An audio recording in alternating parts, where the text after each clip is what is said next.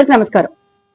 మోంతా తుఫాన్ కారణంగా కొన్ని వేల ఎకరాల పంటలు నష్టపోయిన సంగతి మనందరికీ తెలిసిందే. ఆ నష్టపోయిన పంటల ద్వారా రైతులు పడుతున్న బాధలు కూడా మనందరికీ తెలిసిందే. కానీ ఈ రోజు వరకు కూడా ఆ రైతుల్ని ఎవరు పలకరించిన పాపాన పోలేదు, పరామర్శించిన పాపాన పోలేదు. ఆ నష్టపోయిన పంట కోసం పర్వాలేదు, నేనున్నాను, మేము చూసుకుంటాము అంటూ ఆ రైతులకి 4 మాటలు ధైర్యం చెప్పిన పాపాన కూడా ప్రస్తుత కూటమి నాయకులు ఎవ్వరూ కూడా ఆ ప్రయత్నం చేయలేదు, అసలు ఆలోచించలేదు. కొంతమంది నాయకులు వెళ్లి పొలాల్లో అటు ఇటు తిరిగి కాసేపు ఫోటోలకి పోజులు ఇచ్చి వచ్చేసారు. అక్కడ చుట్టుపక్కల రైతుల కంటే కూడా కెమెరామ్యాన్లే ఎక్కువ మంది ఉన్నారు.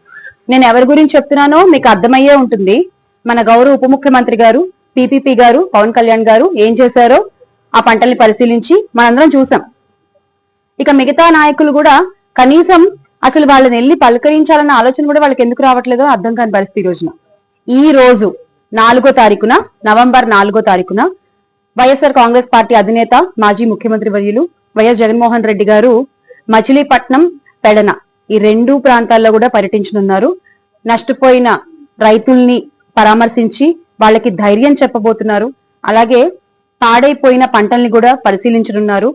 ఈ పర్యటనను విజయవంతం చేయాలి.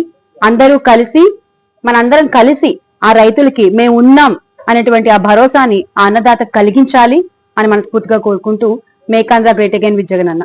జోహార్ వైఎస్ఆర్, జై జగన్.